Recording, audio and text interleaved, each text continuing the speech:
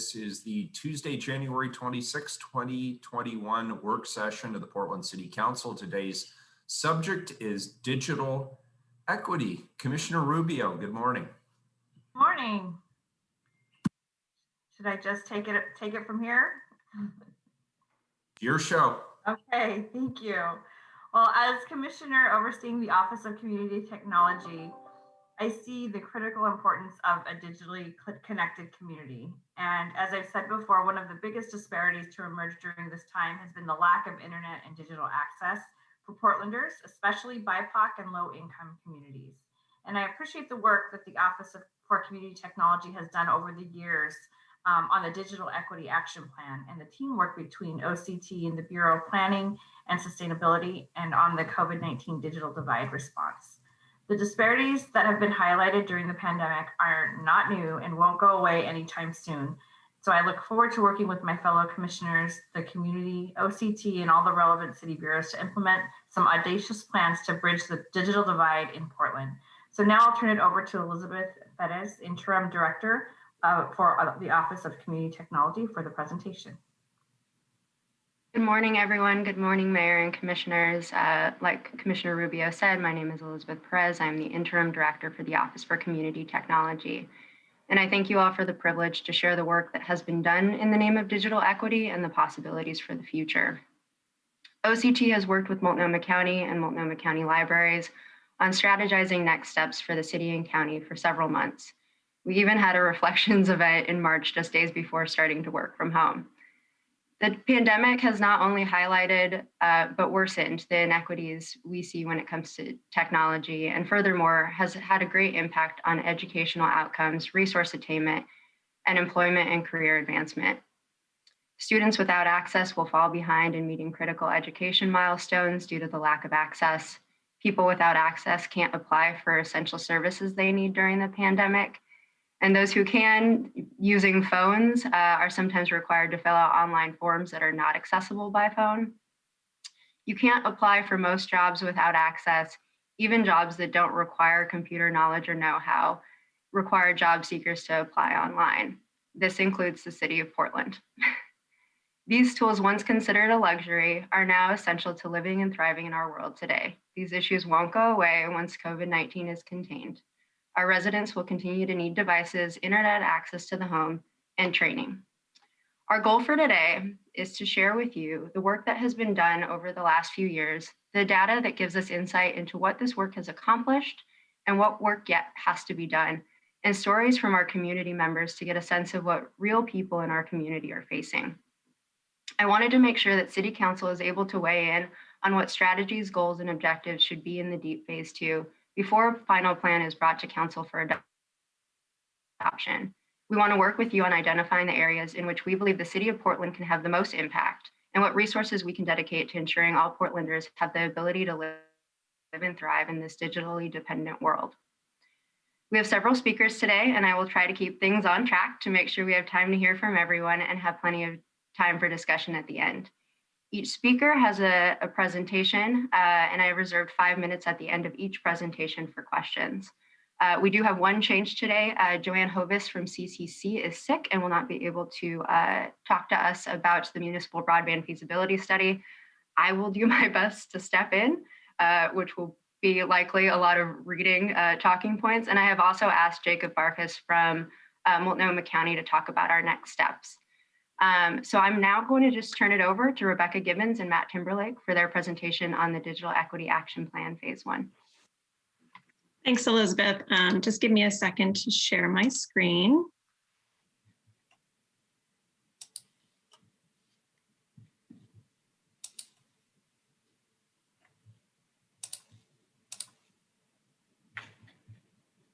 Can everybody see that? Yep, that looks good.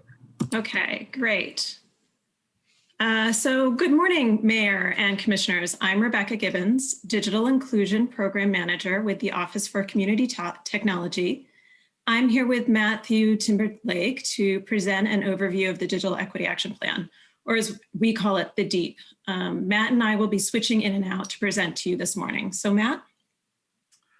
Good morning, Mayor and Commissioners. I'm Matthew Timberlake, IT Project Manager with Multnomah County and Multnomah County Library. both founding member organizations of the Digital Inclusion Network. So to start off, I'd like to ground us all in the definitions of digital equity and digital inclusion. Digital equity is when everyone has the information technology they need for full participation in our society, our economy, and our democracy. Digital equity is now recognized as a requirement for civic and cultural participation, employment, education, health, and access to essential services. Digital inclusion is how we ensure that all individuals and communities with the focus on equity and the BIPOC community have access. Digital inclusion has long been defined in terms of the three legs of the stool. You've probably heard that. It's an affordable computer, a reliable, affordable broadband connection, and training and support. And we've learned that another important piece is applications and content that's designed by and for all communities. Our understanding of the work of digital inclusion has to evolve as technology evolves. So digital equity is our goal, and digital inclusion is how we get there. The Digital Equity Action Plan sets forth a vision and mission that is grounded in equity. Rebecca? So City Council, along with the County Board of Commissioners and the Library Board, adopted the DEEP in 2016. It's a strategic plan developed using a collective effort model that is nationally recognized. Not only is the partnership between the city, county, and library unique, and one that we celebrate since it opens lines of communication and resource sharing among us, we are also recognized in the national digital inclusion space for having one of the first community coalitions. In fact, in October of just this last year, we were one of 14 communities nationwide to be named an NDIA Digital Inclusion Trailblazer, a designation we achieved back in 2016 for the creation of the DEEP, and again now for our years of collective effort. The Digital Inclusion Network, or DIN, allows us to bring community voices to the table to design and lead our digital inclusion efforts. DIN members represent community nonprofits on the front lines of digital literacy training, local government agencies, businesses, schools, and libraries.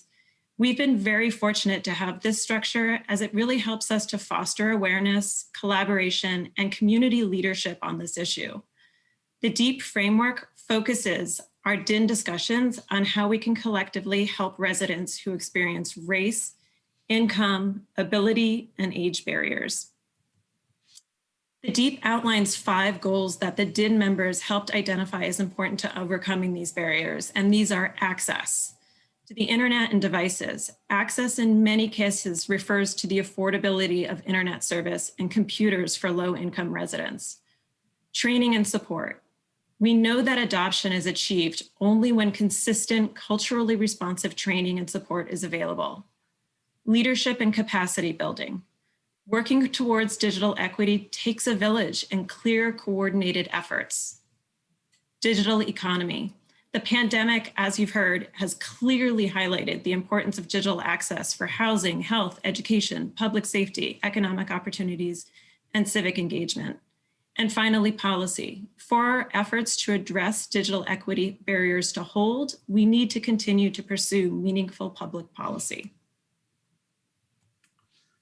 So the DEEP also outlines 17 strategic action areas to support those goals. And among those are addressing internet access, so that's infrastructure as well as cost and other barriers. Expanding access to devices, including participation in device reuse programs like those offered by Free Geek. Creating resources that provide culturally specific digital literacy training and support. Developing ways to share data that supports our work, including legislative updates. And sharing effective practices among the DIN that address barriers to digital inclusion. So since adoption of the plan, we've taken action under each of these 17 strategic action areas and tracked and reported our progress back. And these efforts by DIN members and lead partners, mostly without dedicated funding, is carried out because they recognize that digital access is essential for the communities that they serve. So access, training, and support, goals 1 and 2. I'd like to take a minute to just tell you about a few of our efforts. Multnomah County Library is a founding DIN member, and like most library systems, we've long been the leading provider of digital inclusion in our community. In the years before COVID, the library routinely provided as many as 1 million Wi-Fi sessions and hosted over 800,000 public access computing sessions. That's where we give somebody a computer for an hour or two. We would do that every year. And the library has also hosted hundreds of free computer classes every year. Even during COVID, we've provided extended Wi-Fi access and even outdoor public access computing in tents when weather permitted. The DIN also supports the Welcome to Computers program. DIN partners, the library, Free Geek, and Metro East Community Media work with community-based organizations to enroll residents in culturally specific computer training courses in their language. And everyone who completes the course goes home with a free laptop computer from Free Geek and 1 year of technical support. With support from DIN members, Free Geek has also expanded business and government participation in its computer recycling program, including Multnomah County. And we've worked with DIN members to keep DIN members informed about available internet service options. And with the ISPs at the DIN table, the providers have been able to hear directly from DIN members about the barriers to access. And the ISPs can also share new digital inclusion efforts with the organizations that serve the people who need access most. Other programs recently in COVID, Multnomah County Library has given away 500 internet cards, and we're ramping up Chromebook lending significantly. Okay, leadership and capacity building. So the DIN meets monthly to report on deep progress, to collaborate and build new partnerships, share updates on state and federal digital inclusion efforts, and present on new programs and initiatives. The DIN database identifies digital inclusion services and resources from local government, community-based organizations, schools, libraries, and businesses working with underserved communities. The DIN also created the Pandemic Action Tracker, which has tracked digital inclusion efforts by DIN organizations throughout the pandemic. And DIN members have also participated in the city's Digital Divide Work Group, which I know you'll be hearing more about later. DIN members have raised awareness of digital equity and increased knowledge of critical digital equity issues and programs. And having that network has really supported early action on getting people connected during the pandemic. Next slide. So digital economy and policy. We provide regular updates on policy issues and legislation at the local, state, and federal level for our DIN members. We champion programs like the annual National Digital Inclusion Week events by DIN members. We have held local digital inclusion network summits, which have featured addresses by the Mayor of Portland, thank you, by the Chair of Multnomah County and the Director of Libraries, and hosted roundtables of local organizations focused on supporting economic opportunity through digital inclusion initiatives. We've also we're closely involved in the National Digital Inclusion Alliance, with many DIN members being frequent speakers and panelists at national conferences. And Portland will be hosting the next Net Inclusion Conference coming up hopefully in 2022. And we've also provided periodic deep progress reports, and those have been unanimously approved by both the City Council and the County Commissioners. All of these efforts over the last 4 years have not only raised awareness, they've informed policy decisions at many levels and improved our community's ability to respond to the pandemic. We are recognized as nationally as a leader. So in addition to being an NDI trailblazer, the DEEP won the National Telecommunications Officers and Advisors 2016 Community Broadband Strategic Plan of the Year Award. And here in Oregon, the DIN won the Excellence in Telecommunications Partnerships Award for 2018.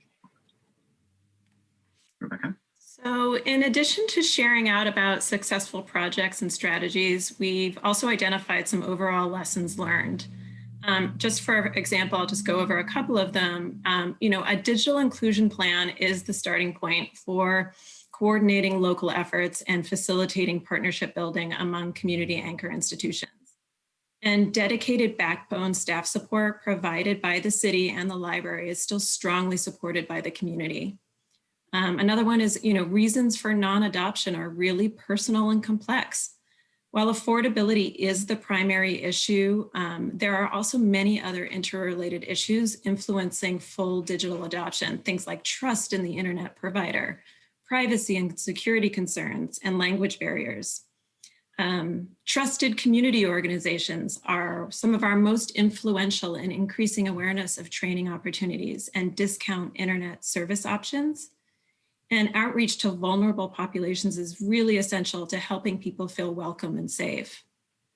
Digital literacy training really needs to be ongoing for digital adoption to occur. Teaching people how to use a broadband connection from home is critical, not just from school or work or a community center. And finally, we really do need to remain mindful so we're not creating new barriers along the way. So when the DEEP was created in 2016, using national data available at the time, we estimated about 15% of households in our community were without a home broadband connection. Today, national and local data shows fewer households are lacking access, but we still estimate at least 70,000 Portland residents, many of them students and seniors who don't have internet connection at home. Working to address the barriers to digital equity is a process that takes time and resources, but we know what's needed and we have dedicated partners involved.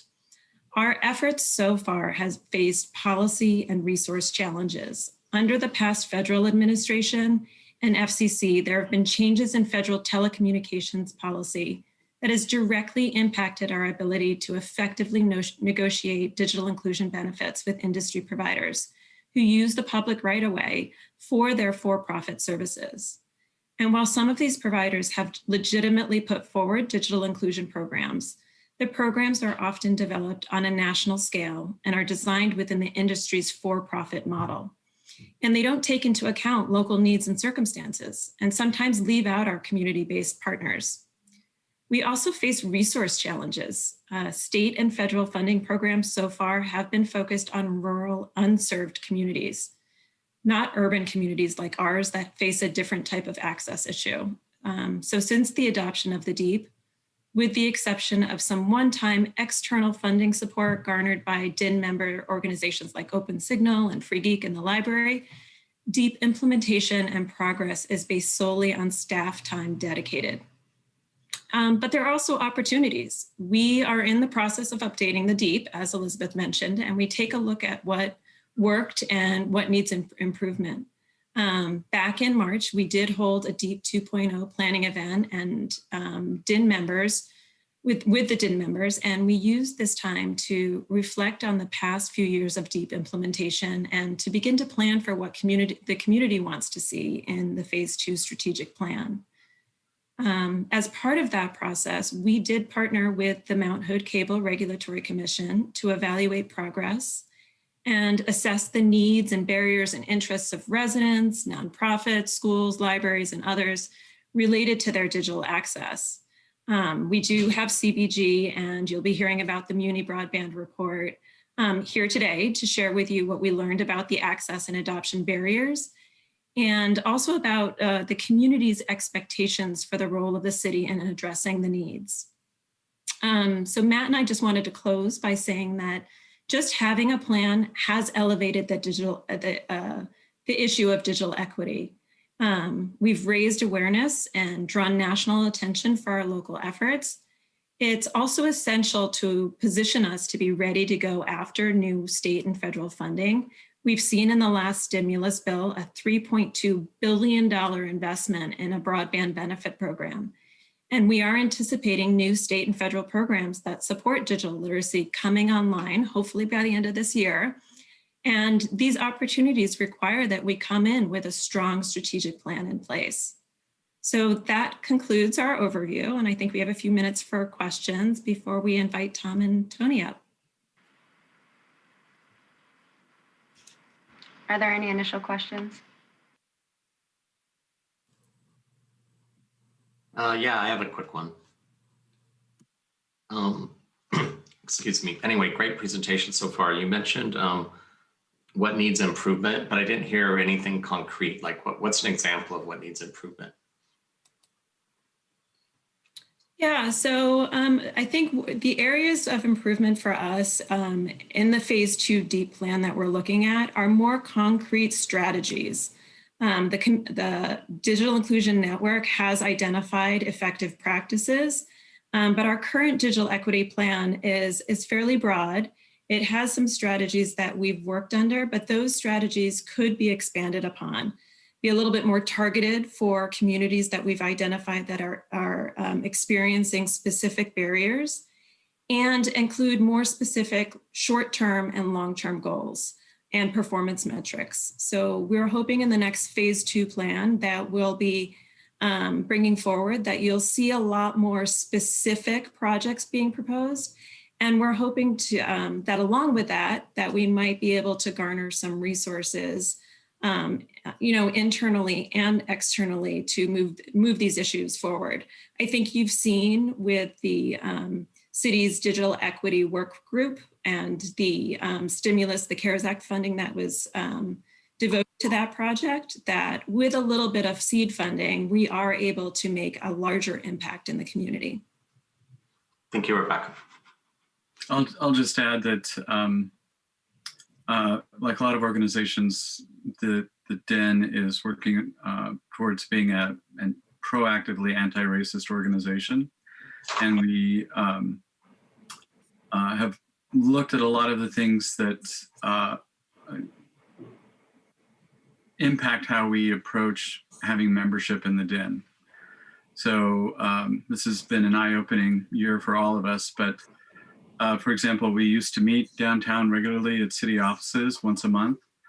Well, that actually created a lot of barriers for people who would like to attend DEN meetings. And we had a conference call line, but of course that's not really participation if you're just listening to 15 or 20 people or more sitting around a conference table. So that's just one example of areas in which we're looking at how we can increase DEN membership and participation. Thank you, Matthew. That was really clear. And just know I really appreciate stories like that. We're all trying to improve all the time. So it's not a gotcha moment. It's just exciting to hear what you've learned and how you're moving forward. Thanks. Commissioner Hardesty. Thank you, Mayor, and thank you both for that fabulous presentation. I'm actually curious about the quality of service that people are getting through the city's program. And let me just give a little bit of background. What we know is that parents are working from home, kids are trying to work from home. What we know is that many households don't have enough computers for the kids that need to access it. And we know that the more people that are online, the less good the connection becomes, right? And so I'm really curious as to whether or not, as you review the broadband study, for me, I guess I'm just troubled by paying cable companies money that they should actually be providing to low-income people so that they have access to the best internet connection that they could have. And it feels like what we're doing is rewarding companies that are overcharging all of us for services that we all need and use. So is there any, so I guess that's a few questions. So one, what's going on around the broadband, the study, and did we find anything promising there? Two, where are the cable companies and what is their investment in making sure that digital access is available for low-income people and people of color and people that have multiple kids that are trying to access that information? So I'll stop. I have a lot more questions, but I'll stop there. And Commissioner, if it's all right with you, I'd like to put a pin in those questions because I do want to get through the community needs ascertainment and the muni broadband feasibility study. And I think through those presentations, we'll get a few more answers there. I appreciate that. I'm happy to wait. Thanks. Great. Can I We will get to those. A suggestion, Elizabeth, why don't we go through all the presentations? All of them? And then we can write our questions down and then we'll, because my suspicion is you're going to answer some of the questions we have now. Sounds good. That's my suspicion. Is that okay, colleagues? Just give me a head nod if that's okay. So why don't you run through all the presentations? We'll give everybody the chance to speak, and then we'll write our questions down and ask them all when you're all through. Sounds good. Then I will turn things over to Tom Robinson and Tony Tabora Roberts to talk about the community needs ascertainment. Okay, thank you, Elizabeth. Yes, my name is Tom Robinson and president of CBG Communications, and we were hired by the MHCRC to do a community needs ascertainment that had a cable television renewal component to it and gathering data for that, but also was largely focused on broadband access, internet access, applications for that type of access, as well as a number of other issues. So what we wanted to present today was to drill down on 3 of those issues. Affordability of broadband service, which we found to be a huge problem, education and training, and then finally the role of local government. We asked several questions in both a statistically valid telephone survey as well as a qualitative online survey related to that. So with me also is Tony Tabora Roberts with Esper House. Esper House did a specific part of the study focused on engagement with underserved communities, and she'll talk about some of those activities and findings. And then also on the phone, Christine Rivers, who's our senior research associate. Her internet, as it happens, we're in the middle of an ice storm here in the Northeast, so it's been winking out. Hopefully mine will stay where it needs to be, or I'll be joining you on telephone as well. All right, so I will go ahead and share my screen. Let's see if I can bring up the appropriate document here. Let's see. Let me find that in a second. Okay, now I don't quite see the document I'm looking for. Let me pull it up on the screen and then hit share screen. Let me try that first. Okay. Now here. I still don't see it. Let me try it one more time. Ah, there it is. Okay. And share screen. All right, here we go. Okay, let me start it from selection. All right.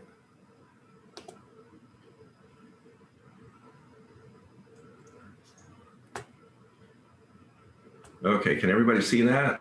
Yep. Okay, all right, good. All right, I think we got it going now. All right, so the study was extensive. It covered a wide range of what we would consider community technology needs and interest. It dealt with the residential community, the business community, a lot of stakeholders and sectors, those folks that use the institutional network that connect a lot of government and educational facilities, people within the public school districts at the higher education level, the community media, personnel and users from OpenSignal and Metro East, a lot of cable-related constituencies, and covered all the demographic populations within the MHCRC member jurisdictions, the city, the county, and the East County cities. So we went at it different ways. The statistically valid scientific residential telephone survey was implemented for 630 residents across the city and the county and East County cities. And with telephone surveys, even with, these days with folks at home for the pandemic, but most of this data was gathered prior to the stay-at-home orders, it's sometimes difficult to catch people. So the phone surveys themselves tend to be shorter. So we also instituted a qualitative public online survey so we could ask more questions, drill down, provide more detail, provide the, if you will, provide the why behind the what. So if we got an answer, we would ask in the qualitative survey additional questions about why someone would feel that way or what they were experiencing. We also did an online community media producer user survey, a lot of workshops, focus groups, had one with the Multnomah libraries, the public agencies from all the MHCRC member jurisdictions, Digital Inclusion Network gave us a lot of data and information from their specific efforts. OHSU, we met with their telehealth professionals, and this again was prior to the pandemic. And if you read the report and go into the notes from that discussion, they were almost prescient in the way that they were able to understand that if something were to happen, here's what would happen to telehealth. It's very interesting. And then one of the equity advisors from the Smart City PDX initiative, since CTC was doing a rather extensive business community survey, we leveraged the data from that survey for some of our findings and to compare to what we were finding from people and their experiences in employment. And then finally, the Esper House Underserved Communities qualitative data collection. And Tony, you want to jump in and talk about that a bit? Sure. Thanks, Tom. Hello, Mayor and Commissioners. Thanks for having us. Yeah, we were brought on to work and try to engage with 3 specific target groups that MHCRC identified. Racially and ethnically diverse communities, people with disabilities, and seniors. And so we designed a process of working with groups that we had relationships with and folks who had interest in this work, and based on their capacity, sort of designed a process. And Tom, you can go to the next slide. So we ended up doing a number of engagement sessions with both community leaders from these target groups, as well as 3 specific community-based partner organizations. And those included Open School East, ARP Northeast, and then Northwest Housing Alternatives at their Orks apartment building downtown. And we also, in terms of the community leaders, we had folks like Apano, Latino Network, Friends of Noise, The Contingent. So a wide range of groups represented amongst these focus engagement groups. And then we also did some one-on-one interviews to be able to dive a little deeper with individuals from some of these communities. And then some of those groups were able to do a little bit of outreach also for the survey. Frankly, the survey also did provide, it was a little bit inaccessible for particularly groups of folks who needed accessibility accessibility in terms of language or for disability needs. So it was only available to folks in Spanish and English. So that was one barrier. So we can go to the next. I think that was basically, oh yeah. Okay, so I'll send it back to you, Tom. Okay, all right, thanks, Tony. And we do appreciate all the outreach. The online survey achieved 442 really detailed surveys with pages and pages of comments, open coded responses to different questions, especially, comments at the end. If we didn't cover something that you wanted to talk about, what else, would you want us to know? So if you have a chance to read that in the exhibits to the report, you'll find some really interesting experiences and some that really provide direction for how to, especially as a local government, how to react and respond to meet those needs. So we'll start with affordability. We found, as many studies find, that people are less likely to have internet at home. And when we're saying internet at home, we're talking about wireline internet service, because some people do have internet at home, but they only use their smartphones. And so we made sure to understand what the depth and breadth of need was for wireline internet service, which is largely broadband these days. 18% of the households across the MHCRC area did not have such access. That was 16% in Portland.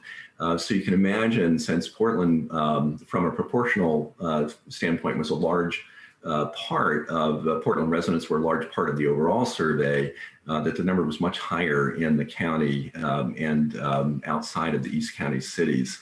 43% previously had wireline service, but they stopped because they either perceived that it wasn't needed or it was too costly. And if you look at that last bullet, national data suggests that for many, a lack of need or desire is due to affordability, and they just don't want to say that.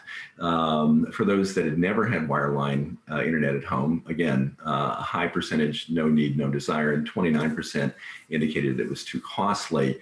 What national data suggests, and this was prior to the pandemic, is that a study done by Pew is that that number is really only at about 10% that really have no need or no desire. Other people who express that largely have some other issue, and it's typically related to cost and or it's related to education. And that's another thing we'll talk about. So in the qualitative survey, we were able to drill down farther and find out what people felt was an affordable monthly cost, whatever they were paying now. 19% of those respondents indicated free, and that was largely in communities of color and seniors, and 67% of seniors over 75 years old. A reasonable cost, so then we asked them what a reasonable cost was, and underserved communities indicated that they're paying now an average between $51 and $100 per month for home internet, sometimes a higher cost because of some of the accessibility issues. And they indicate that 41 to 50, or about half of that, is a reasonable amount to pay. And then finally, we asked people whether they delayed or avoided paying other important bills, including heat and light and power bills, as well as other types of utilities. And they report paying $50 or more per month. What they really believe is reasonable, or an amount that they can afford, is roughly 1/3 to 1/2 of that, $15 to $30. Tony, I'll turn it back to you related to devices. Yeah, I do think that one of our findings was that there was some skepticism from a lot of the folks that we talked to about the role of government in how to address these issues. But there really was a lot of belief that the government should provide or subsidize internet devices and access. And then some of the folks that we talked to who actually have some of those devices, what they call the Obama phone, those types of things, that those don't really even work very well. So they would often have to even still get another service, even if they were provided a subsidized phone. So, that was one of the findings we just wanted to share from the folks that we talked to. Okay, thank you, Tony. So that leads right into one of the findings from the qualitative survey. We were again able to ask some more questions about reasons or barriers from getting or using communications technologies. And there was a wide range of them, but typically devices to access the internet, to utilize applications on the internet, broadband service versus having just internet service. And you can see 76% of those that needed something indicated cost / affordability was their biggest single issue. And we allowed multiple responses. That's why it will add up to 100%. Besides cost, a primary factor in non-adoption is a lack of understanding and training. And again, this sometimes is something where people will mask that by saying, oh, well, I really don't need it. I have no desire for it, or my smartphone is all I need. It's not really that. When you are able to engage them at a little deeper level than sometimes surveys can do, it's lack of understanding, lack of training. Tony, you want to jump back in? Yeah, and the education and training that is available, sometimes it was not really meeting the needs of folks who we talked to. So for instance, seniors experienced that, one person shared that the training that they went to, and actually I think the quote is on the next slide, is just that it was too fast, and they couldn't keep up, and they really needed something even more basic. Also, I think the difference between internet and internet access versus Wi-Fi, I'm sorry, versus access on your phone, and how those interacted. Like, people didn't really understand when they were accessing one or the other. So there's just really basic things that folks didn't understand. And then, of course, for like culturally specific communities, like such as communities of color, or folks who need culturally relevant trainings, they exist in certain platforms that maybe aren't available, that don't have available trainings, or of course different languages.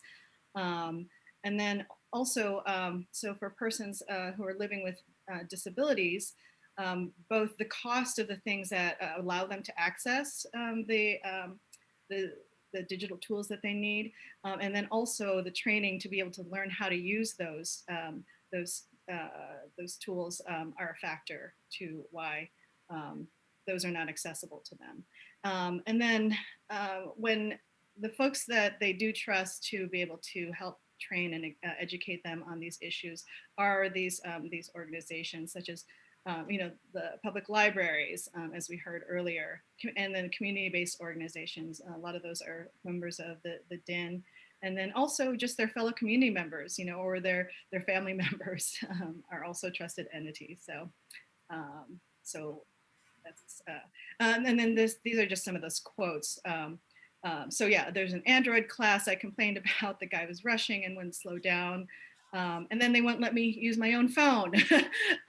So they gave this other phone. And so that just didn't really make sense to this senior I talked to. And then another example is Chinese seniors at Portland Manor, which is an apartment building.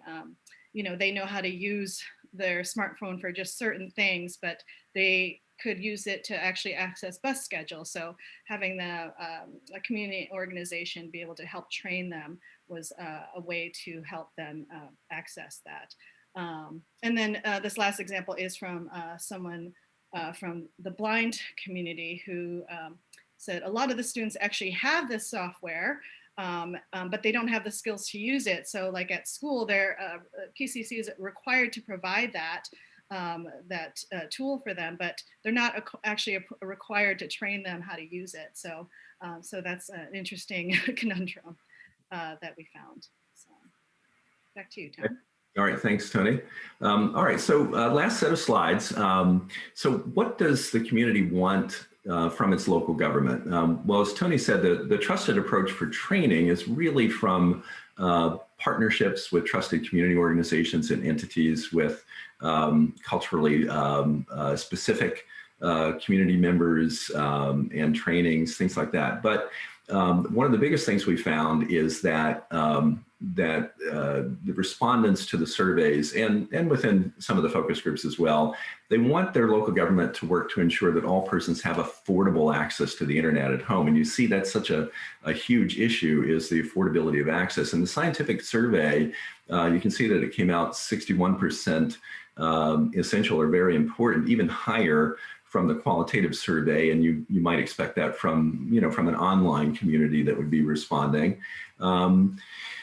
We asked them, do they consider it an essential utility, as essential to them as electricity? And in the scientific survey, it was right along that, that marginal yes/no line, 50% yes, 48% no. Remember, this was prior to the pandemic, prior to the stay-at-home orders. National data would suggest that that number has leaped substantially. And you can see, again, from the online community, the qualitative survey, those that are familiar with using online services, and a wide range of them, it was 87%. As public and businesses, and CTC found this in their survey, and we found it as well, are continuing to increasingly view internet services an essential utility. Local governments may need to develop a higher level of involvement. This was about choice of more than one internet service provider. 58% in the qualitative survey said it was essential, 25% very important. And then public policies that protect security and privacy of an individual's information was viewed very highly. This is from the scientific survey. Margin of error on this survey of plus or minus 3.9%. So, the findings have a great degree of statistical validity. There are protections against your service providers selling or sharing your personal information, 44% essential, 44% very important, or almost 9 out of 10. Your service providers don't monitor your service without your authorization. Again, 97% combined essential and very important.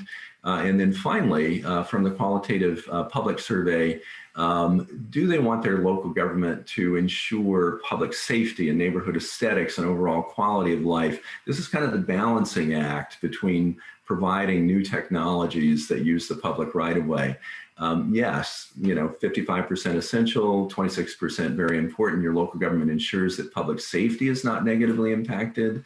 And then essentially a lower combined finding, but still at about 2/3, your local government ensures that aesthetics and overall quality of life are not negatively impacted by new technologies in your neighborhood, but rather positively impacted. All right, and this is typically where we go to questions, but that's it for our team for now. Let me stop. Thanks, Tom and Tony. I appreciate it. So like I had said, CTC was supposed to be with us today, and unfortunately she is sick. So I am going to do my best to fill in, but know that a really comprehensive overview we can do in the future with Joanne. So I'm just going to go over some highlights from the study. And so, at the same time that the community needs ascertainment was going on, there was an initiative spearheaded by the county to do a review of, is municipal broadband feasible in this county? And so that is really kind of one solution to all of the issues that we heard from the CBG study. As you've already heard, I think what we saw, in the through the pandemic is that high-speed, reliable broadband at home is critical for work, healthcare, and education. More than half of the people surveyed said they needed internet access at home for their jobs. And this was pre-pandemic. So cable right now is the most used internet technology, but fiber performs the best. The other thing, as CBG pointed out, is that there is a high level of trust in the community for city and county to do the work when it comes to internet access. So we had 6 in 10 respondents say government should work to ensure access. That is, one of those findings that we found, gives the city and county a sort of mandate to work on this. There's also high support for a government-owned fiber network, higher in Portland than it is for the East County cities, but that support drops when the price to switching to a new provider increases beyond $50 a month. So what we heard in this study is that building a countywide fiber to the premises network would cost an estimated $1 billion and would require that at least 36% of customers switch to the county service at $80 a month, which is much higher than we think people are willing to pay. When we talk about, lowering that price to $50 a month, the take rate then goes, we need a 60 to 70% take rate. So pretty difficult to do, but not infeasible. There are different ways of doing a municipal broadband. Public-private partnership could allow governments to more affordably own long-term infrastructure and secure our policy objectives of increasing access. So it's not completely off the table, but it would have much more risk to go with a full-on municipal broadband at the moment. CTC also did provide some options for doing some stopgap measures to increase equity through the pandemic and in the short term. So expanding Wi-Fi hotspots at any or all of the more than 600 government school and library locations in the county, creating a fixed wireless network to serve low-income neighborhoods, and then support direct subsidies for low-income residents paying for existing service. So going back to Commissioner Hardesty's concern about, funneling more money into the companies, I don't necessarily know that the last one is something that we want to do, but it is a stopgap measure. Jacob Farkas from Multnomah County has graciously agreed last minute to jump in here and talk about what the county is doing going forward, what is our short-term plan, and how the county, along with member jurisdictions, including Portland, are moving forward on what we want to do about internet for our residents. Hey, thanks, Elizabeth. And I appreciate the opportunity to speak with you all today. So as Elizabeth noted, our partnership, which included the cities of Portland, Gresham, Wood Village, Fairview, Troutdale, and Multnomah County, embarked on the feasibility study really starting about 2 years ago, working with CTC to perform this study. This group had a really clear focus. The goal was to provide CTC with the information they needed to perform their study and get this through to the end to really just get like that final report and understand what the learnings were. What we discovered along the way is this was a really great partnership of these cities, which have a desire to look at digital equity and find ways to improve things for our residents.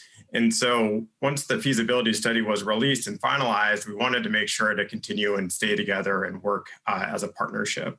But what we needed to do was kind of figure out what our purpose was. Again, it was really clear in that phase one that we needed to get the study out and understand the outcomes. And now with phase two, we wanted to come back together and figure out the best way to continue working together.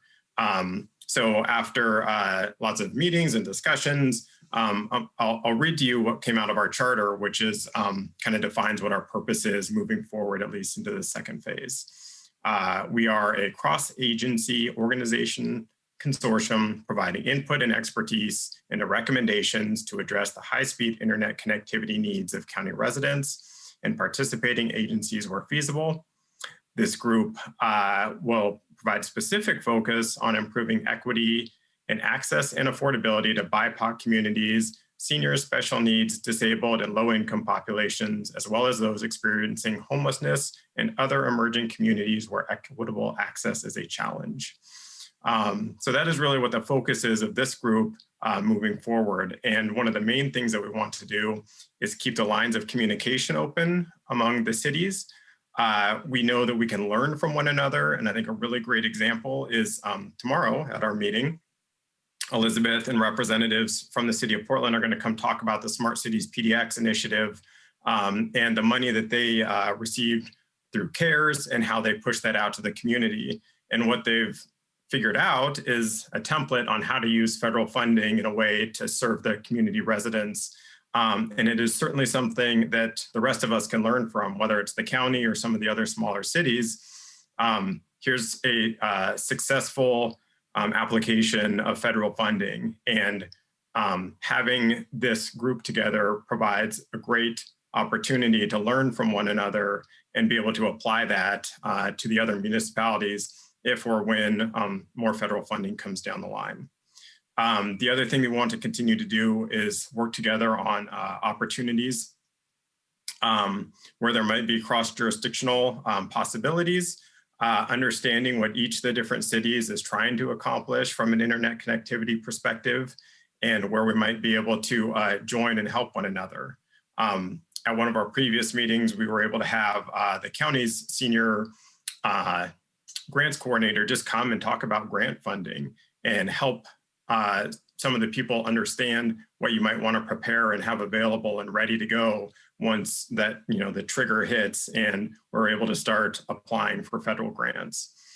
So we really just want to see this group as it moves forward work together, continue to communicate, find opportunities to help one another, and continue this conversation, because as we know, it's incredibly important. And we want to make sure and try to solve what problems we can in the manner in which makes the most sense. So again, this group continues to meet monthly for now. It is the same consortium of municipalities from the feasibility study. And then we're also exploring what other partners might make sense to join this group as we move forward. So thanks, Elizabeth. Thanks, Jacob. Thanks so much for jumping in last minute. I am now going to turn things over. I think that was a great segue to the COVID-19 digital divide response. So I'll turn it over to Christine Kendrick from the Smart City PDX team and Jenny Lee from the Coalitions of Communities of Color. All right, good morning, Mayor and City Commissioners. My name is Jenny Lee, and I'm the Deputy Director at the Coalition of Communities of Color. I served on the executive team of the city's Digital Divide Response Project. And I'm here today to present with the city to briefly highlight the impacts of this project, what we learned from creating a community-led group to implement the response actions. I'll begin this presentation, and then Christine Kendrick from the Bureau of Planning and Sustainability Smart City PDX team will close out the slides. So next slide. With the COVID-19 pandemic, many of us saw a rapid increase in our dependence on technology. But for many Portlanders, especially Black, Indigenous, people of color, and people with disabilities, they saw an increase in the digital divide. The lack of affordable and reliable internet access, devices, and digital literacy training increased existing economic, social, and educational inequities. For those experiencing the digital divide, there are also increased risks since pandemic information, access to resources, and social connection are primarily online. Internet connectivity can be the only safe way for some communities to access critical services. Next slide. Portlanders in the city rely on frontline community serving organizations as trusted partners. They help to share out information, distribute resources, and facilitate community engagement with local government. Communities and partners brought forward to city leadership and staff the digital divide impacts they were hearing from community members early in the pandemic response. They also shared the need for new digital support and ways to build digital community, since traditional outreach tools were unavailable in a time of physical distancing. These impacts, needs, and partnerships led to the creation of a technology kit pilot implemented in the spring of 2020. Lessons from this pilot then informed the project to be scaled up for the CARES Act digital divide response. Next slide, please. With just over $5 million in CARES Act funding, the project partnered with 24 community organizations to provide technology kit resources to Black, Indigenous, and people of color, and people living with disabilities. The technology kit resources included 3,500 Chromebooks, 500 with built-in cellular connectivity, and 1-year unlimited data plans, 547 iPads and protective cases for people with disabilities, 8,429 internet assistance cards so individual Portlanders can decide the best method for their connectivity needs, comprehensive warranties and tech support for Chromebooks and iPads, accessories for individuals with disabilities, stylus, keyboards, etc., and training support created in multiple languages. And the training resources are available not just to technology kit recipients, but anyone with questions about Chromebooks, iPads, internet safety, privacy, how to use video conferencing platforms, accessibility settings, and more topics. All training resources and videos can be found on the website now at the bottom of this slide. Next slide, please.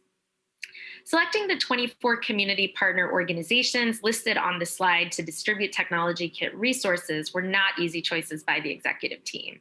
113 community organizations applied to the technology kit application over a period of just 5 business days, and the request far exceeded the resources available. Partnering with smaller organizations to build new relationships and digital community support were goals of the work group. Around half of the selected partners have 6 or less full-time employees, and approximately 30% have 4 or less full-time employees. Operational support for partners in the application for training, distribution, and data collection were also a key project design, given the time and added responsibilities so many of these partners continue to experience during the pandemic. Next slide, please. There was active community leadership in the project design, implementation, and outcomes.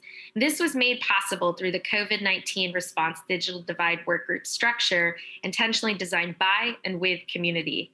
I served in a decision-making role on the executive team, which was a mixture of community members and city staff. And based on the workgroup charter, the team maintained a membership that was small, 7 to 9 members, so we could be responsive and move quickly on decisions. The majority of members identified as BIPOC, and the majority were also community members, that is to say, non-city staff. There were many decisions to make on a weekly basis, from technology kit application design, outreach plans, partner selections, technology device and internet contract decisions, problem solving due to global manufacturing delays, and changes in needs or capacity by partners. So we met weekly throughout the project, sometimes twice a week if needed.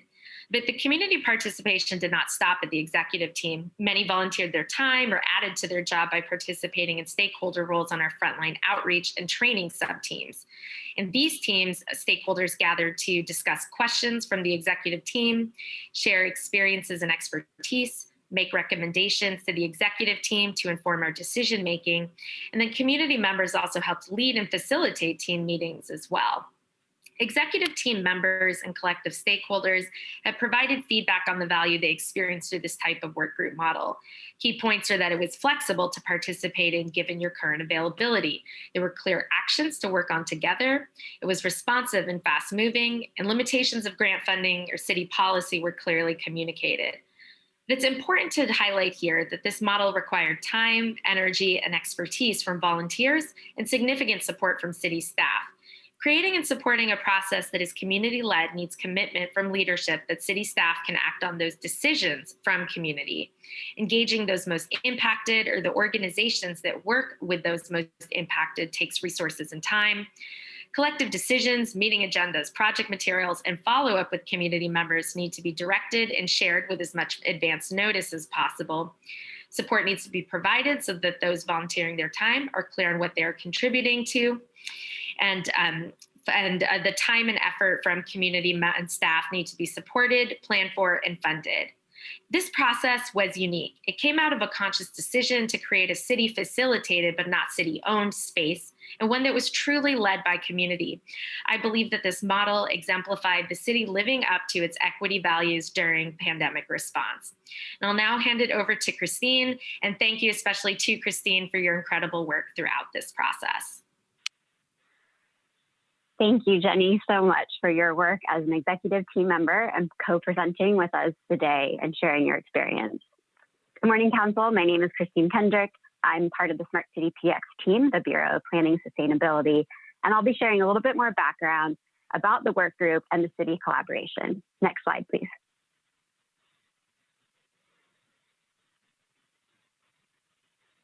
Okay, sorry, did the slides advance? Thanks. Thank you, Kevin. So picture here is the structure of the revised work group designed with community. This structure and our charter specifically incorporated feedback from the pilot to help improve this model and how we could iterate on it for the CARES Act project. So for example, community members asked for increased transparency and clear communication about how decisions would be made. So decision-making and stakeholder roles, as Jenny mentioned, were formally separated between the executive team and the sub-teams. This formal separation was so that we could balance the challenge of centering that expertise that we needed from impacted communities and the organizations that work with them, but at the same time, not prevent organizations from applying for technology kit resources or contracting opportunities that would be made possible with this project. We set clear expectations up front that not all stakeholders would be able to make every single meeting. They wouldn't be able to review every document or every single decision that would come because of the compressed timeline. But we had core values and vision that guided us, and so that helped build the trust in this process. We also reviewed the overall project design and response actions with all stakeholders using the city's COVID-19 equity toolkit. One stakeholder described, as Jenny mentioned, their experience that it felt like I was working in a city-facilitated space, but not a city-owned space. And again, this feedback just really reflects that intentional design and the clear needs that were brought forward by community members at the beginning of this project. Next slide, please. Workgroup support and project implementation was also a collective city effort. The Bureau of Planning Sustainability and Office for Community Technology partnered to lead the work on behalf of the city, and Office of Equity and Human Rights was also an integral partner in this work.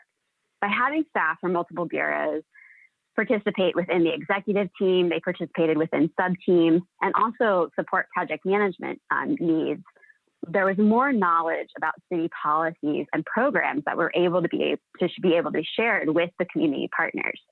This helped ensure that while we were creating collaboratively designed solutions and project components, we would be able to deliver on the community recommendations and asks, or also be upfront, maybe why we couldn't do it, and let's work on a different solution as well together. Cross-bureau collaboration also increased the capacity of city staff team to help support more relationships with work group members.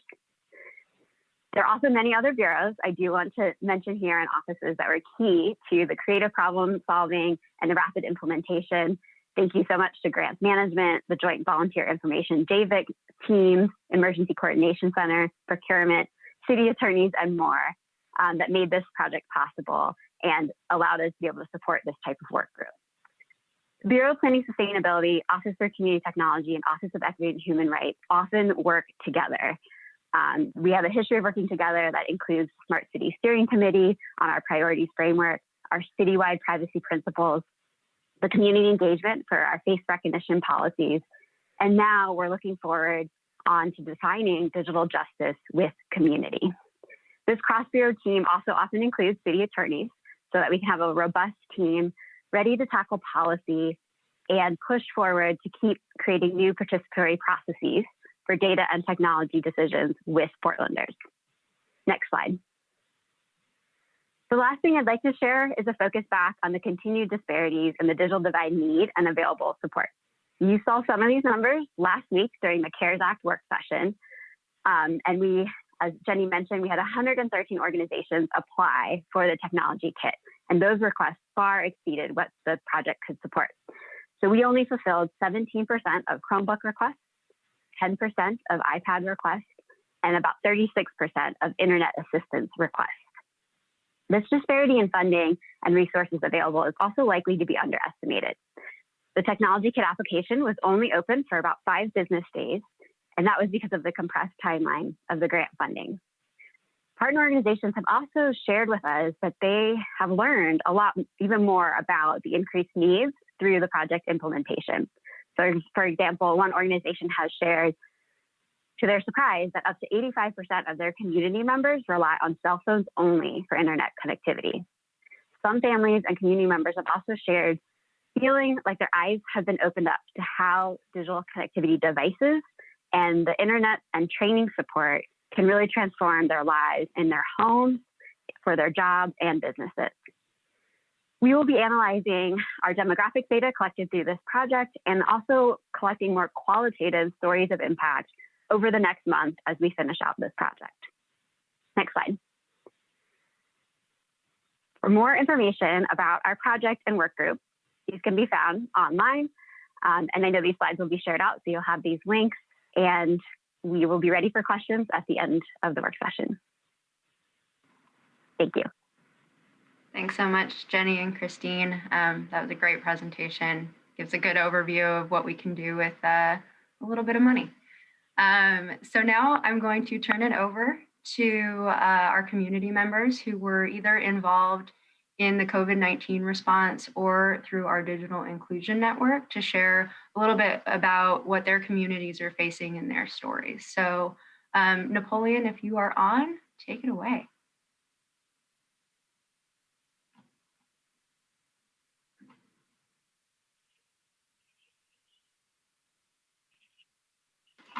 Looks like we're having a little trouble hearing you. Maybe you need to turn the volume up. We still can't hear you. No. Can you call in? Yeah, if you can call in, that might be helpful. Does he have your number, Elizabeth? Mm-hmm. You just oh, there he is. There he is. I think okay, so my phone has an audio lag. My phone has an audio lag, so it causes problems, okay? So first of all, good morning, Mr. Mayor, commissioners, and everyone in attendance. My name is Napoleon Hodges. I'm the Executive Director / Commander of the National Association for Black Veterans, the Portland chapter. And our purpose is to provide support to military communities, also outreach to our various community members to provide access to jobs, food, housing, clothing, and other services through our community partners, such as the City of Portland. Now, I do not have a presentation. I just want to give our thoughts. Now, first of all, this program was an excellent program. NAVVETS Portland was happy to be able to participate. And what we found was that we were able to allow a lot of individuals to step up their access to technology and their access to the internet through this program. And we couldn't have done it without the support of the project manager, Christine Kendrick, and her team, because they provided outstanding support throughout the process. So one of the things that we were looking at as far as the program goes, we found that the need far outweighed the resources available, as you have been discussing. So if this is a program that is going to continue, what I would suggest is that perhaps some of the resources the resource distribution be coordinated a little differently. And I'm thinking that it was probably impacted by the lockdown as well as the holiday season, as far as being able to get the resources to the community members. Because we had the Chromebooks, the iPads, and the internet cards that were delivered at different times. That caused our outreach team to have to go back and repeat activities. But make no mistake, we were very happy to be part of this program. We saw how it impacted a lot of families. And I have to admit, we did have a feeling of more of a digital Santa Claus, because it came at the end of the year. 2020 was a very difficult year for many of us, but it allowed us to end the year on a good note. And basically, our feedback from our people that we talked to, the people that we connected with, and even the people who we're not able to connect with because of we ran out of resources, it was all positive. We had zero negative feedback. Everybody was just looking forward to the next iteration of this program. And if it happens, and if we're allowed to be part of that, we would certainly step up and take that opportunity. And I'm done. Thank you so much. Yuvia, are you on? Yes, I am. Great. Hello, everybody. Yeah, good morning. My name is Yuvia Morello, and I'm president of the local nonprofit, the Portland Indigenous Marketplace. We were honored to be one of the recipients of the City of Portland's technology kits. This opportunity was a much needed boost of technology connectivity in our community of Indigenous artists in a time when technology has become a necessity. Prior to COVID, as an organization, our focus was hosting and organizing in-person marketplaces for Indigenous artists. We had formally and informally provided this resource for our community for over 3 years. So we are a new organization with recent 501c3 status. We don't have any paid staff. So when COVID hit and all in-person activities were canceled, there was a time that we felt like we had been canceled too, as an organization and as a community. What were we going to do? After our board formally organized through Zoom, our leadership realized that we had to try and do something for our community of Indigenous artists because we were all lacking an inline presence, sales, and/or exposure. So we started to host virtual Portland Indigenous marketplaces. Locally, we were the only Indigenous organization that hosts marketplace to not cancel any of our scheduled dates for 2020. But while we began this journey into the online world, many of our artists were not able to participate because of countless barriers to connecting to the internet, comfort online, converting their businesses to an online format, and surviving a pandemic. All of this to say that the needs are great in our community, and the switch to a virtual marketplace was one of the countless switches that we've had to make this year to move everything online. But not all of us, were able to make that switch. There are so many of us that don't have that connectivity, and as mentioned before, through this project, we found out that many of our artists were only connecting to the internet through their phones, trying to run a business on their phones. The technology kits have lessened the barriers listed above for our Portland resident artists. More support would be greatly appreciated, as this project deepened our understanding of digital needs in our community, for our toddlers to our elders. I want to share a few reactions of the recipients of technology kits. And I wrote these down the day of our distribution, which I can fully recognize that feeling of being digital Santa, because we were able to hold on to everything to distribute, well, almost everything. The iPads came a little bit later. But we also were able to combine that distribution with a payment that we were making and some other gift cards. So it was this beautiful gift to all our families in Portland. That was the only part that we couldn't serve everybody. But a couple recipients shared, my grandma just passed. My mother is in the hospital with COVID. I have to travel soon. My husband is out of work, and parents are stressed. And we as parents are stressing for the first time in years for kids for Christmas. This is a huge help in relieving some stress. With no markets, both husband and wife have taken even more losses because they were both artists, or are. This will help keep me connected to my international family. The Spanish resources will be so helpful.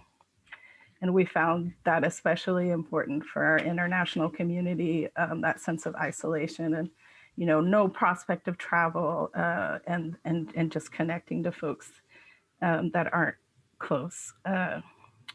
And just one last one that one recipient said, "I'm overwhelmed. My legs are shaking." And I think it was overwhelming because this program was really great in the way that there wasn't this this burden to get all this information for our recipients.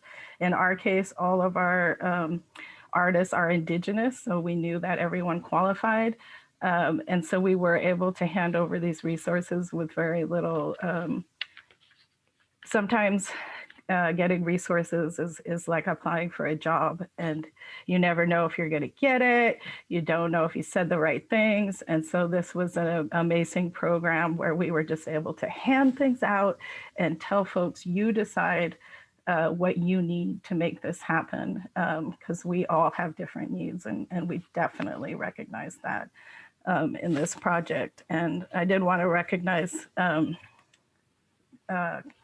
Commissioner Hardesty's comments earlier about quality. I think this is a great first step, and I appreciate all the work that was done. And I think this, and it was this amazing gift for folks, especially for folks that, a lot of our folks fall through the cracks. And so we say underserved. Some have never been served and don't even know, how to connect to resources.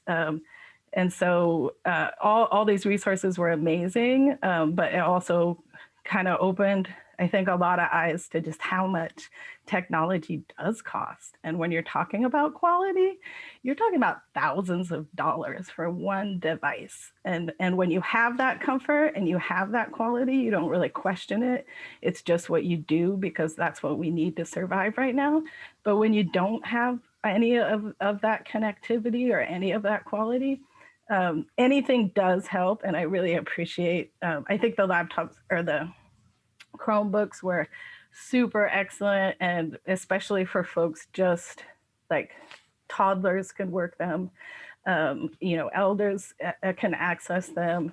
But again, it just kind of opened our eyes to this, like that they're just like this tiny little step into the world of technology. And for folks that are taking that first step, like it's like, oh, and then you need better internet service, and then you need, then you are ergonomic keyboards because we're on, and those are not cheap. And so all these things, because we're online all the time now too, if unfortunately, and then the not only that, but the knowledge of all these programs that are now, really I don't know what the numbers are, but I would venture to say 90% of jobs you need to have some kind of digital knowledge and work these digital programs, which more than, and I worked in the kitchen industry for 17 years. And so I recognize, that there are industries where you don't need to, but even those industries now are online, and you need to know how to, navigate the orders online and things like that. So just the needs are great, and really appreciate this program to be able, our organization has only worked with government programs a couple of times, but in my experience, sometimes it can be overburdensome, and it puts us in a strange position of like haves and have-nots and time and power. But this program was really well thought out and rolled out. The timing of stuff, could have been better, but again, I think we all recognize that digital devices are in such high demand, and everything shipping, everything. So big thank you. We're putting our card in the mail, our thank you card to the team, because we really appreciate it. Thank you so much. So many good points about access and government programs. I think we've learned a lot through the process and hope to use that knowledge in future programs. So last but not least, I'm going to turn it over to Ryan from Human Solutions as our last speaker. Good morning. Can everyone hear me? Great. Yep, you sound good. Challenging always. Good morning, Mayor, members of City Council. Thanks so much for giving me the opportunity to be before you this morning. My name is Ryan Winterberg-Lip, and I'm a Senior Project Manager in the Affordable Housing Development Department at Human Solutions. And we're a nonprofit CDC serving low-income people in East Portland, and we are included and involved in the Digital Inclusion Network through some of my colleagues. So we have been doing this work in East Portland for about 30 years. We do a range of things. We develop and own affordable housing. We operate 3 shelters, and we provide a range of services, including housing stability, youth programming, and employment programming, all of which have really been tested and grown and evolved quite a lot in COVID. We also own 16 affordable housing properties with 3 more in our pipeline that when we're done will total about 900 units, and that's kind of the work that I do. So I'm here to offer to you a little bit about what we've learned about the importance of digital connectivity, capacity building from our work serving low-income families in our housing, and particularly in this rapidly evolving COVID environment where we're all really being tested. And I think a lot of what I've learned from talking to my colleagues as well really enforces the conversation this morning, what our other speakers have mentioned, and points to some opportunities that we think there are for bring this work forward. So each of our affordable housing properties, so all 16 of them, has a resident services manager that helps residents navigate the range of needs to maintain their housing stability. So whatever it is that they need in their daily lives. And when schools transitioned to remote learning last spring, that's really where Human Solutions resident services staff jumped in and helps students and families navigate this like brand new digital world. So what we learned is that the high cost of internet service meant that many of our families, like we've heard today, didn't have internet service at all at the onset of COVID. So that was just a huge disruption to their learning, particularly to students in schools that didn't have connectivity at all. And so prior to COVID, we think that about 10% of our families that were involved in our youth programming services didn't have, only 10% had computers at all. So 90% didn't have computers in their home to start with. And like we've heard, most people used their cell phones for their tech needs, but they often didn't have the newest technology. They didn't have unlimited data. So resources that don't work for digital school and digital work in this like rapidly evolving world. And over time, the school districts that we worked with began to step up, and they provided low-cost internet access through some of the existing programs. When school started up again in the fall, some of these programs you've probably heard about, but like what Commissioner Hardesty relayed, we really found that the lower speeds were just not sufficient to support multiple students working at once, multiple kids trying to stream or watch video lessons, upload their assignments, all that stuff. It's really data intense. And the basic internet service packages available to low-income people really just don't support that level of connectivity. And we heard that it was really frustrating and demoralizing for kids who were trying really hard to stay engaged and to do their work, but they were sometimes quite literally being shut out of their classes and couldn't upload their assignments. So we've learned that that kind of bare minimum service just really isn't sufficient, and we found that it wasn't equitable. So when our resident services staff heard about these challenges, our youth programming staff began to offer funding assistance to help residents pay for higher internet speeds. But we found that sometimes the families were really concerned that they would get locked into unaffordable plans that they would have to pay for going forward once the support dried up.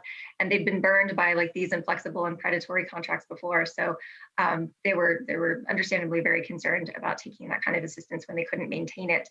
It's just really indicative, we think, some of the trade-offs that low-income people make when they're weighing the bills that they pay every month and kind of the resulting stress that it pays on the family. And our colleagues who work directly in services want to relay that quality internet access in the ideal world has to really be provided at no cost. So that's not one of the monthly trade-offs that families are making. We also found that while tablets and laptops began to flow through school districts, adults and students really struggled to navigate it. And even where we have systems in place through some of our youth programming that works on-site with families, building that capacity to use technology is really work that's built on relationships and meeting people where they are and one-on-one, which it was really, frankly, challenging to do in a COVID environment. So that was another challenge we experienced. But from the affordable housing developer owner perspective, we know about these challenges. So we've been exploring ways to provide free internet access to people in our housing properties so that it's free to everyone, and we're building it in at the start of construction. And so just as a recent example, we're working on a project now that we hope to start construction on in the spring. And even though we've been negotiating with the internet service providers, the cost for us as an affordable housing developer to provide the internet infrastructure can easily reach $100,000. And then every year as an annual operating expense, it's tens of thousands of dollars. So which is something that the budgets of affordable housing properties it's something that they can't typically economically bear. But it's something that we continue to strive to negotiate on like a project by project basis. So from that perspective, we are really excited for opportunities to develop solutions to infrastructure, to service cost solutions, to digital literacy at a scale. So we really think there's an opportunity for the city to partner with CDCs like Human Solutions and other affordable housing providers to come up with more holistic system-wide solutions rather than what we're able to do just through individual projects, individual negotiations, individual relationships and programs. So we're super excited for this work, and thank you so much for the opportunity to talk to you this morning. Thank you. Thank you so much, Ryan. So that concludes all of the speakers. So I just first want to thank all of the speakers for their time today. I think there was a lot of information conveyed. I also, commissioners, just want to let you know that I was able to listen in on the priorities work session last week. I really see a connection between your citywide priorities and digital equity. Like I said, many of the speakers are able to stay on, but I've also invited the Bureau of Technology Services, Kevin Martin from the Smart Cities program, and then the MHCRC Technology Grants Program manager as well, if you have any questions. So two things that I want you all to be thinking about is what do you believe is the responsibility of the city of Portland? What is within our realm of work that we should be doing? Where should we be focusing? Which bureaus should be involved in that work? How should it be organized?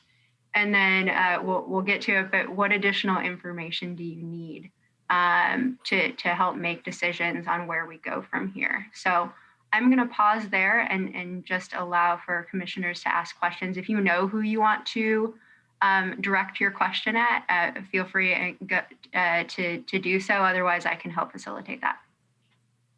Very good. Let me go ahead and jump in while people are considering raising their hands. Number one, what is the responsibility? Let's start with the broader responsibility to the community. The world has moved on, and COVID moved us there at the speed of light. And I think we all acknowledge that digital access is a must-have for everybody. You cannot expect to be a full participant in the workforce. You cannot expect to have access to all of the educational resources that are available if you don't have access to digital resources.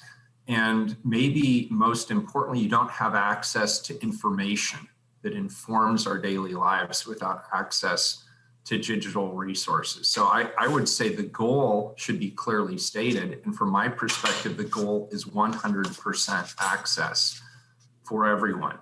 Now the question becomes, what is the city of Portland's role in that? I would say we are one of many partners. I think it would be a mistake for the city of Portland to unilaterally take full responsibility for what is a huge undertaking. If you agree with the goal as I stated it, city of Portland cannot accomplish that goal alone, not now, not 10 years from now, not 20 years from now. We are a critical partner. I think the way that our bureaus can participate, and as you indicated, a number of bureaus that are already participating, but I could actually, the obvious ones are obviously BTS, Bureau Planning and Sustainability, but somebody mentioned public safety. So now that brings in the Police Bureau. Somebody could bring in Recreation and Health, and that brings in the Parks Bureau. So really it's an all hands on deck effort. I think digital access now becomes a overbearing responsibility for all of our bureaus. I would suggest we prioritize, and the presentations that we heard, which by the way were fantastic. I've sat through some dog work sessions from time to time. This was not one of those. This was fantastic. It was very informative, very well organized, and I really appreciated the diversity of our speakers and the level of personal passion and commitment definitely shone through, but I also just appreciated the technical information. But I didn't hear a clear prioritization. If we're gonna really create a digital plan, then that must start with prioritization. And I heard a couple of possibilities. I don't want to claim any monopoly on the truth, but I heard students as a potential first priority. I heard people who are needing access to digital resources for employment being an important priority, and making sure that, consistent with our priorities around shared economic prosperity. That means obviously historically unserved or underserved communities need to be front and center. I could also make an argument though that employers should be providing that access to their employees as part of the deal of employment. I am somewhat reluctant. In fact, I'm very reluctant for us to be in the business of trying to once again pay for externalities that exist in the private sector. I do not want to pay for the digital resources that a company should be paying for their own employees so that they can make a profit. They should be working those costs into their business model and into their economic pro formas. So that's an area where I would look a little bit askance.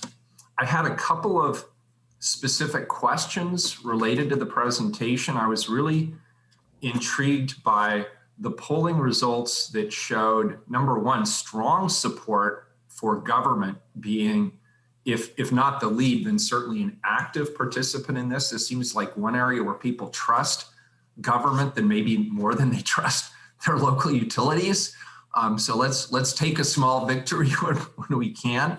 But it was interesting that so many people said they wanted this without public safety being impacted. And I think it was about 60-ish plus.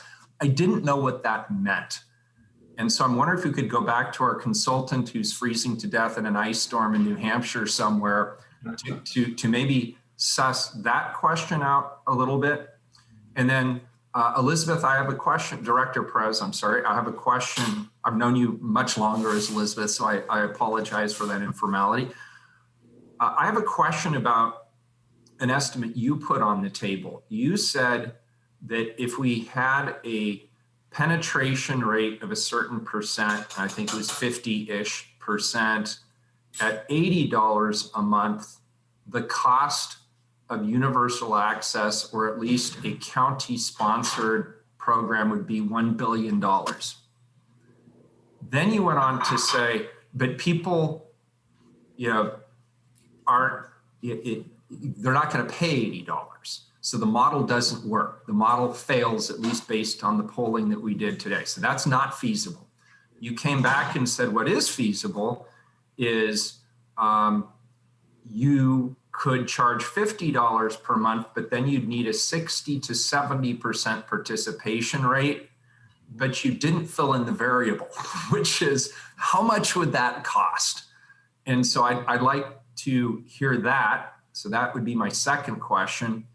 And third question is related to government ownership of the infrastructure. And I've always been somewhat, I'm a huge proponent of maintaining infrastructure if it's related to utilities like sewer and water. I think we should control those utilities for obvious reasons. You don't want people trying, we all know the parking meter example from Chicago where they tried privatizing their parking meters and it was a colossal disaster. My concern about technology is slightly different, and that is technology shifts radically. And I'm worried that if we invest and create a city-owned or a county-owned infrastructure, what is the protection against a radical and immediate shift in technology that leaves our infrastructure vulnerable to being obsolete? And we've already seen this in some of the technology utility spaces. So those are my three questions that I would have. Number one, what did we mean by public safety impact? Number two, what is the variable if we went down to $50 a month and we're able to achieve that 60 to 70% penetration rate? And number three, what are communities that already have their own broadband networks doing to protect themselves from dynamic shifts in technology? Thank you, Mayor. And I will turn it over to Tom to answer the first question. Okay. All right. Thank you, Elizabeth. And thank you, Mayor. That question was asked on the qualitative online survey. And some of the comments, so that's kind of the what, some of the comments that came in related to that you would find, later on when people are commenting just generally on their thoughts and things that they didn't get to say related to the specific questions, would indicate that they were more talking about the safety of the public rather than public safety as an entity, fire, police, those kinds of things. And what we surmised from the survey, plus what we've seen in other areas, sometimes they're talking about public health. And that's with all the new technologies, the potential impacts, especially with, electromagnetic radiation and those kind of things. The FCC, came out not too long ago saying that they thought their standards from, I think, the 90s were just fine. That was an FCC under a different administration. You may see a new focus on that. Because there are so many technologies, so many of them use the wireless space And I think there will be a relook at that. So that's one of the concerns.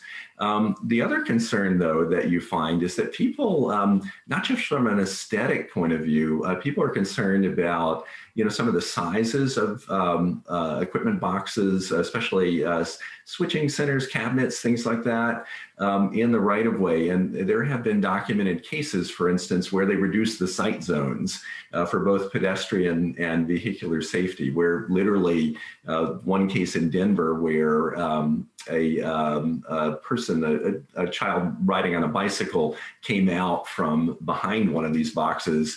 A car could not see them and there was a collision. We have been subjected to legal action for a very similar case here. So we're certainly aware of that concern from a risk management perspective. Right. And so I think to kind of sum it up, I think that's where they were going with this. And they know that the local government has control over the rights of way.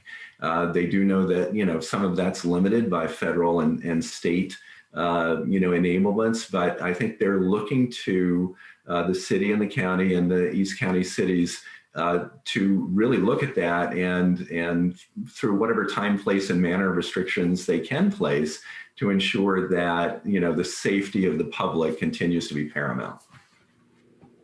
Thank you. Okay. Elizabeth, what's the variable? Yes. So again, it would require a municipal broadband would require about 36% of customers to switch at $80 a month, and 60 to 70% of customers to take at $50 a month. And again, that is if we invest, $1 billion in this system. So the billion is actually not a variable. That is assuming $1 billion. Yes. Good. Okay. Thank you. Appreciate it. And the third question around technology shifts.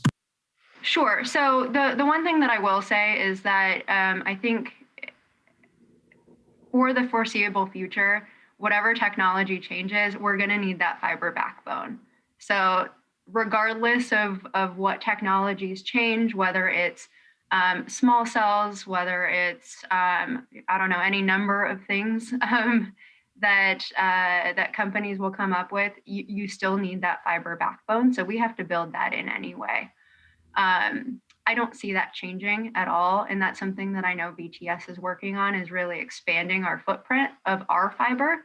Now, the thing that I don't know is what we are able to use our fiber for. I do know that BTS owns fiber, and I know that PBOT owns fiber, and I think 2 other bureaus own fiber.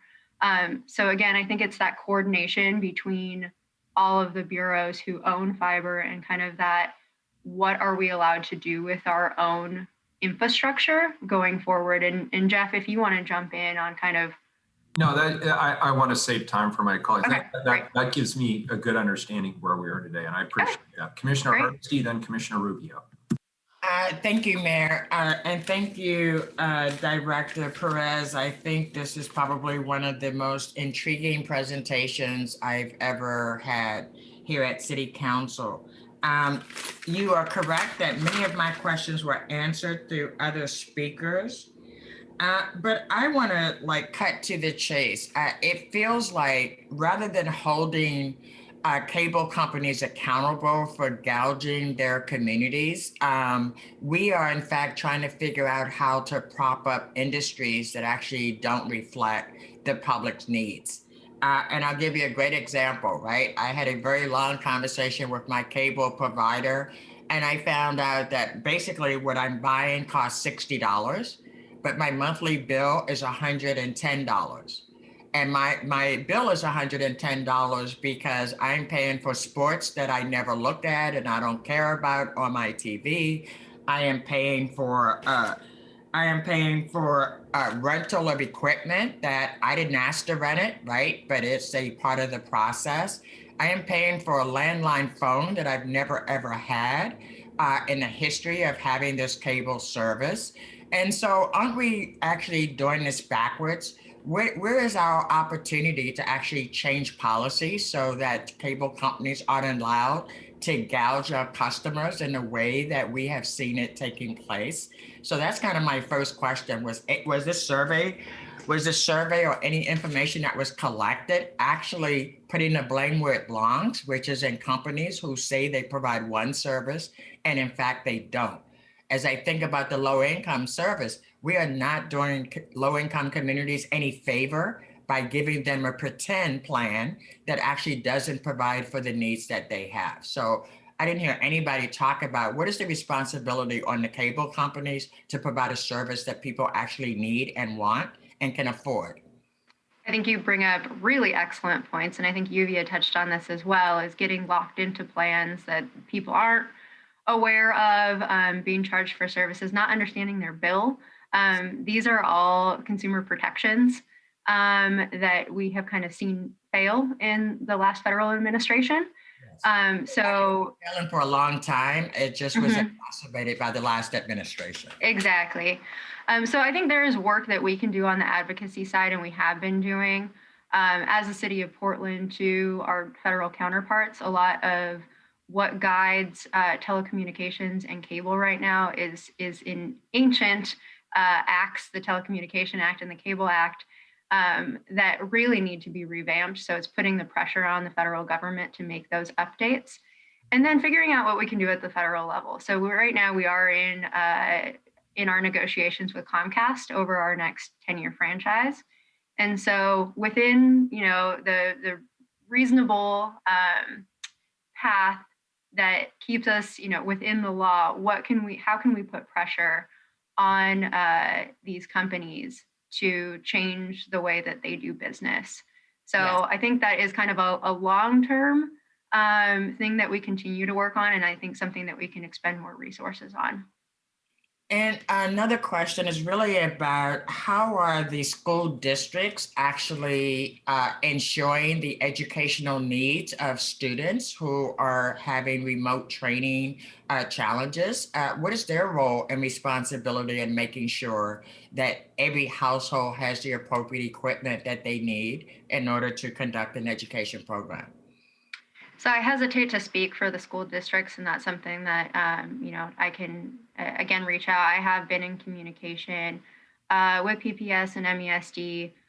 They have said that they are, committed, but I do know that they've also been working with a lot of nonprofit organizations to reach the families that are really difficult to reach. So I think there's a lot of improvement we can see there.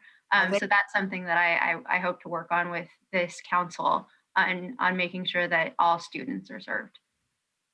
So last legislative full session, there was $1 billion additional given to address the inequity that exists in our school districts. And I'm just trying to connect the dots that says, if we've given another $1 billion to school districts, and then here we are, the city, trying to figure out how to support the education programming of young people who are at home, you have a big partnership that's missing, which is on your committee. I didn't hear anybody representing school districts on that committee, right? So I think that's a big missing link to really having a fuller conversation about how we address the digital divide.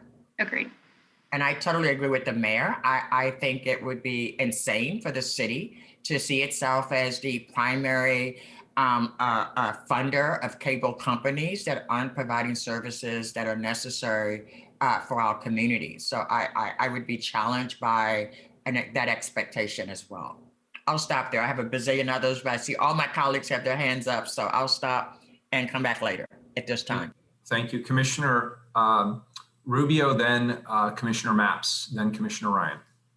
Thank you. And again, thank you, Director Perez. This was a very excellent presentation, very interesting and engaging. This is totally my jam. I also love the community partnerships and with the city, and I love the clear focus on frontline communities and developing solutions that are community-centered and community-based. And I too, like Commissioner Hardesty and some of my other colleagues, I'm very interested in continuing to capacitate our communities, but also in engaging in longer-term planning that keeps the resources that we're paying out for this kind of access coming back into our local community and investing locally. So I have a two-part question. And this is for Jenny Lee and any of the community presenters that feel interested in responding.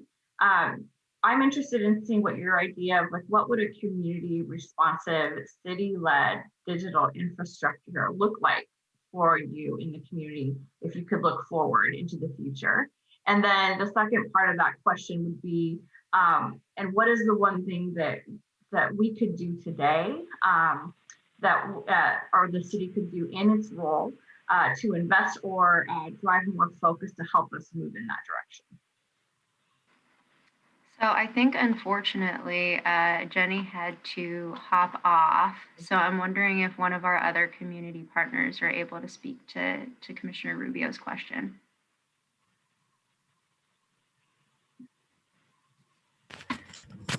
This is Yuvia.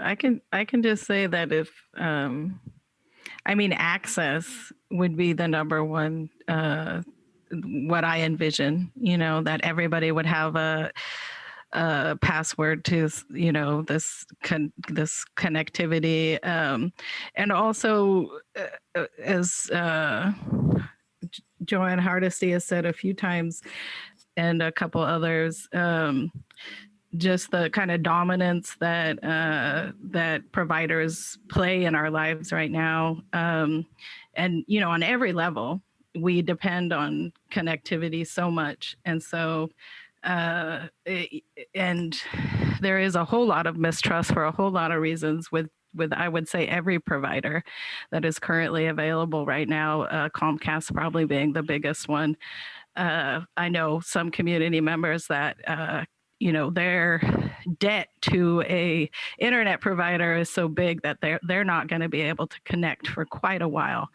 And that isn't because they did much of anything wrong, except for many of these issues that were brought up about equipment and contracts and things like that, where we're just slapped with the $2,000 bill that is more than a working class family can take on. And so I think, and if you're able to address the connectivity kind of unilaterally, everybody, because I think also the quality of connectivity is a huge thing and puts us into different almost classes. And so if we're able to provide that as a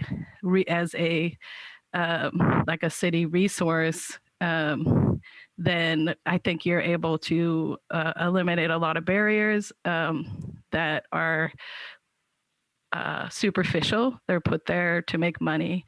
And so, and eliminate a lot of stress and distrust. Possibly, if it's rolled out right, you're able to gain a lot of trust. But at least provide that connectivity. And I think in a time like right now, people need that flexibility where it's not related to their housing, it's not related to their phone bill. It's just there. It's there for everyone. Napoleon, I see your hand up. Okay, so what I would suggest is that a lot of companies such as Comcast, they brag about having the different levels of access, student access or lower cost access to people with limited income. And I'm wondering if they can provide this, why can't the city or some type of one of the governments, the local governments, kind of force their hand into lowering the cost of long-term of access for many different people, instead of just only students or only low-income people or only people in this particular niche. Why can't they lower the cost, period?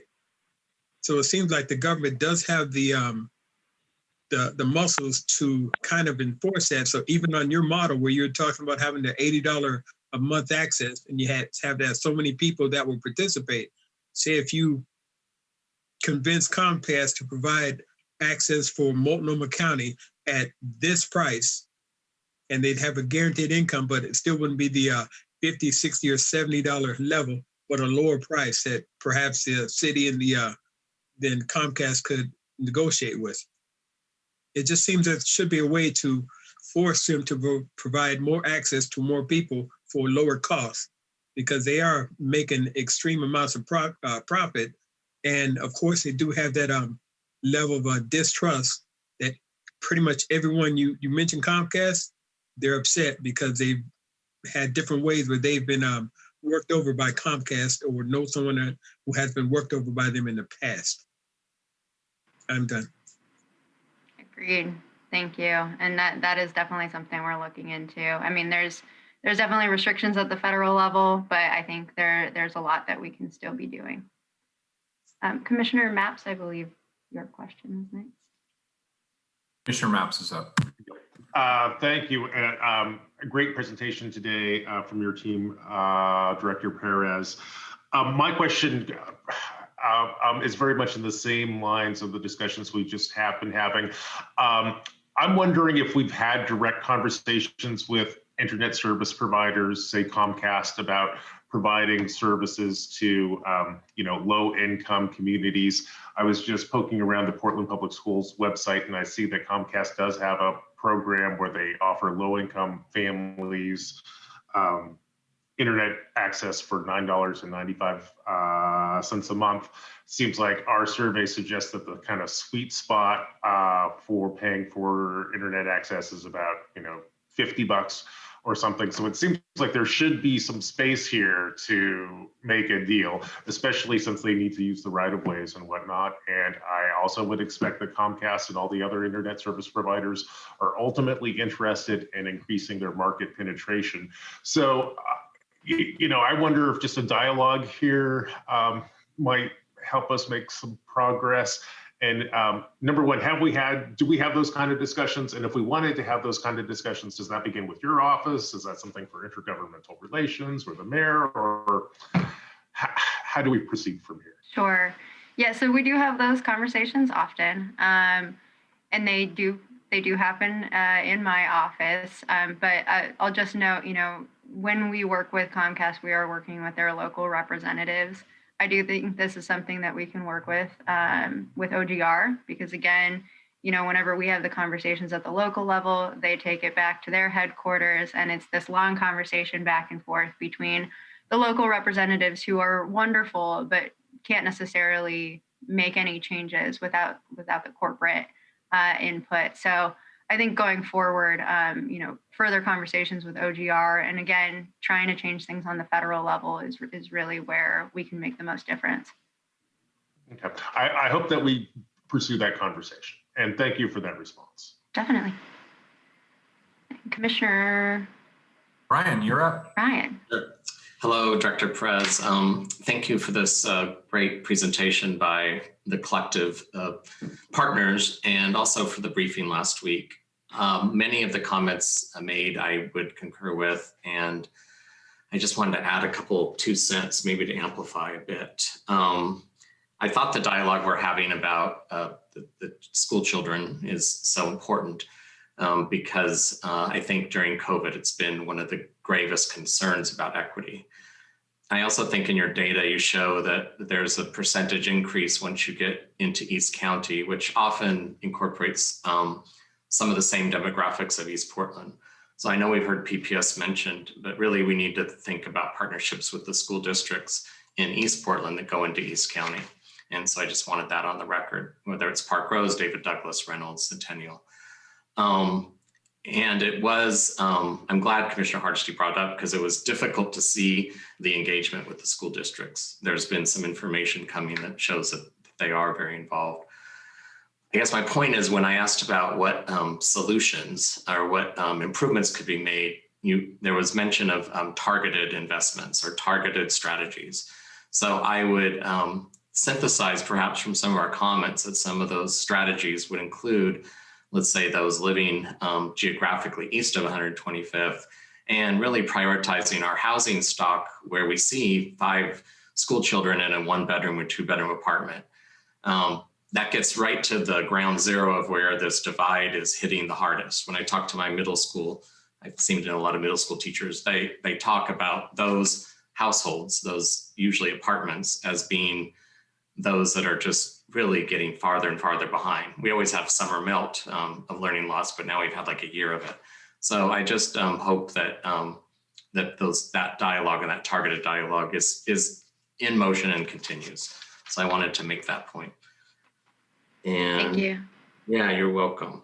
And everything else, and I know I'm looking at the clock, I just want to say it was such a great presentation. And I appreciate that I want to end with this. You brought up how when you listen to us come to some consensus on our top 3 priorities, you were able to see how your work plan for 21-22 could totally get behind those 3 priorities with this work, whether it's economic prosperity, whether it's community safety, or whether it's houselessness, because houselessness gets to stability.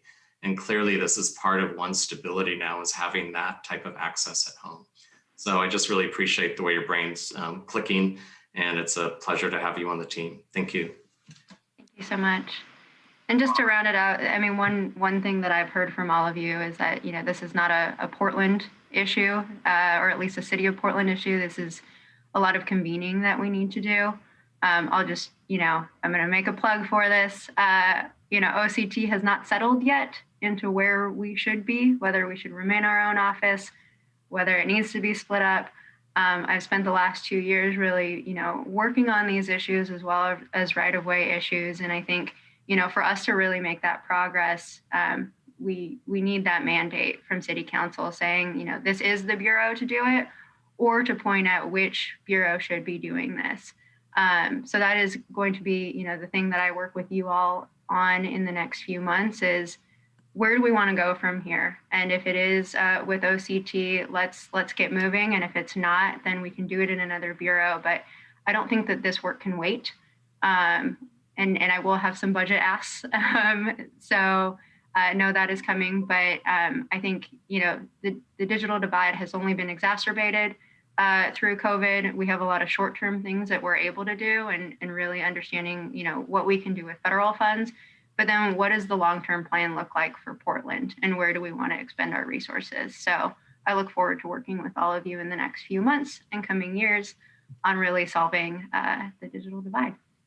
Thank you. And Commissioner Hardesty, did you have one more comment? Yes, I had one quick comment. Sure. Elizabeth Perez, I don't want to leave without saying that if we need to talk to the people at the top of our utility companies, I don't want to speak for my colleagues, but I don't suspect any one of the elected leaders would shy away from that conversation.